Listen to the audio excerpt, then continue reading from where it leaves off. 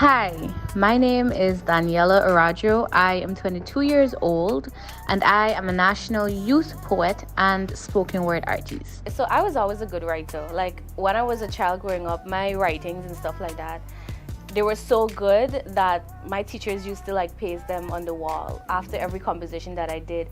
And I remember at this meeting, she told my mom, my teacher in grade 4 at that time, she told my mom that I write like an adult. And it's crazy because sometimes all you really need is like your parents to kind of know that you have a talent and nurture it. But in my case, I didn't have that. So it took me until I was finished with school and stuff like that. I was like 17 to discover that on my own after and nurture it on my own. So once I would have decided that, okay, I have this talent for writing and stuff like that, I just kind of got into public speaking, and then the writing, the spoken word poetry and stuff like that came after. It was inspired by a song actually. My very first poem that I wrote was inspired by a song. I was going through a heartbreak, and there was this song, right?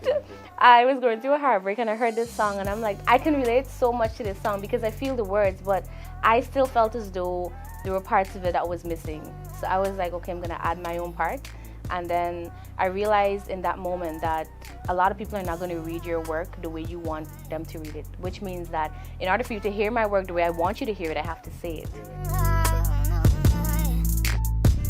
I always believe that there's power in the voice. And for me, if I know that my voice is powerful enough to, cause an avalanche, then I'm going to use it. So I have seen how the voices of others, and not only the voice, but the art form in general, has inspired lives, changed lives. So why not use that?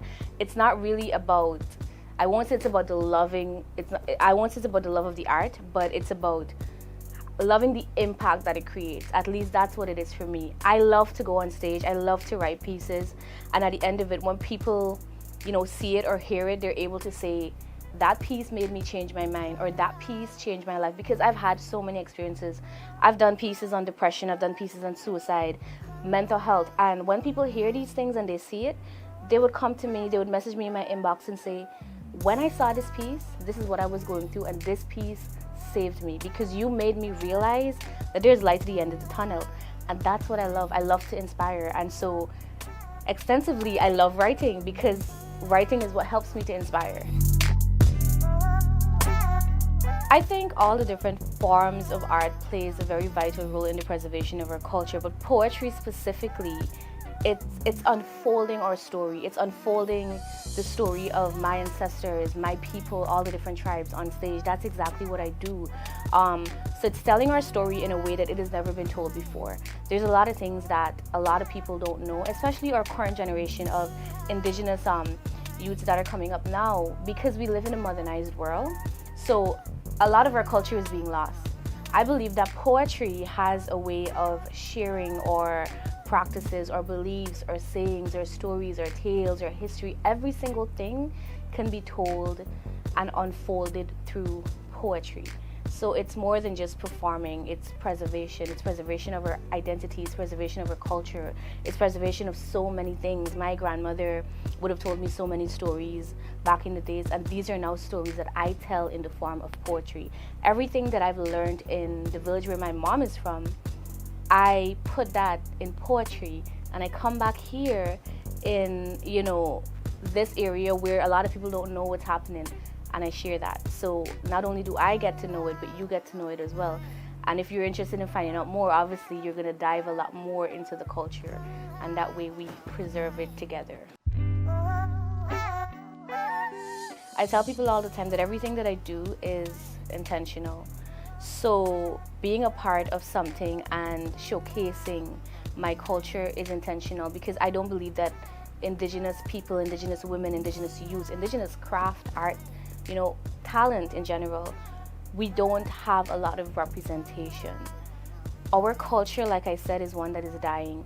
So being able to go in certain spaces, the fact that I look like this, the fact that I have qualities of an indigenous person, that alone, whatever stage I step on, everyone, they know that, okay, she's indigenous and this is what she does. So it allows people to really understand and realize that there's a lot of talent within the indigenous community, because when they see me, they're going to be like, I wonder how many others are there. I've always told people that my entire aim is to kind of lead by example, to also bring out more of the indigenous youth within communities, to inspire them, to show indigenous girls specifically that you can break glass ceilings, you can shatter glass ceilings, you can break the stereotypes that are attached to indigenous youth. But it starts with taking that one single step.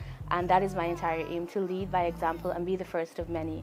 And I feel like with every stage that I step on, whether I'm performing a piece on the indigenous culture, or whether I'm performing a piece on, the revolution of our country, or the culture, or the heritage, or whatever it is, every single stage that I step on that stage as an indigenous woman. I step on that stage as an indigenous youth. I step on that stage as an indigenous representative. So everything that I do on that stage, it brings recognition to the indigenous community.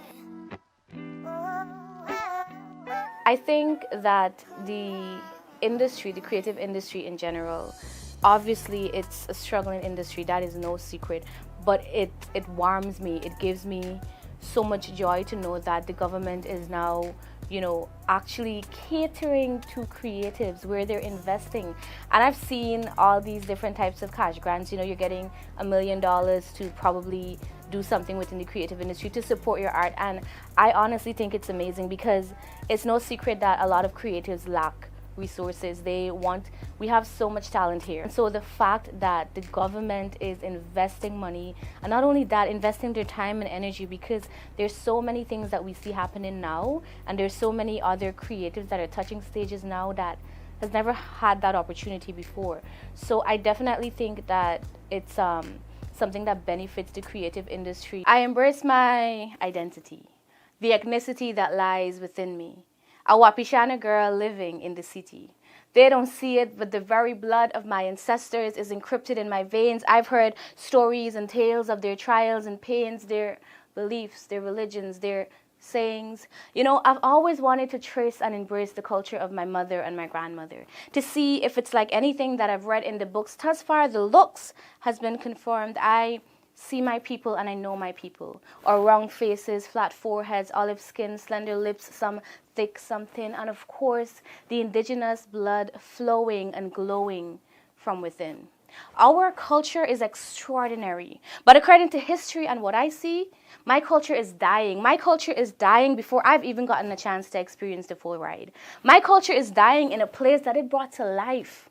Over 12,000 years ago, my ancestors discovered the golden city of El Dorado, giving Guyana its name, its game, its music, its art, its heart. We played our role from the literal start. We are the start. But now in the 21st century, they're telling us to depart, telling us to unlearn our own history within our own communities, as if they know what it's like for us, as if they know what it's like to survive out in the wild, as if they've ever hunted in forests for food for their families and travel miles just to get an education, as if they can farm in the hot blazing sun for days, walk in jungle, fish in rivers, grate cassava, hunt for wild meat, to wake with the rising sun just to fetch water from rivers and creeks, as if they can ever walk in the shoes of my ancestors and did what they did.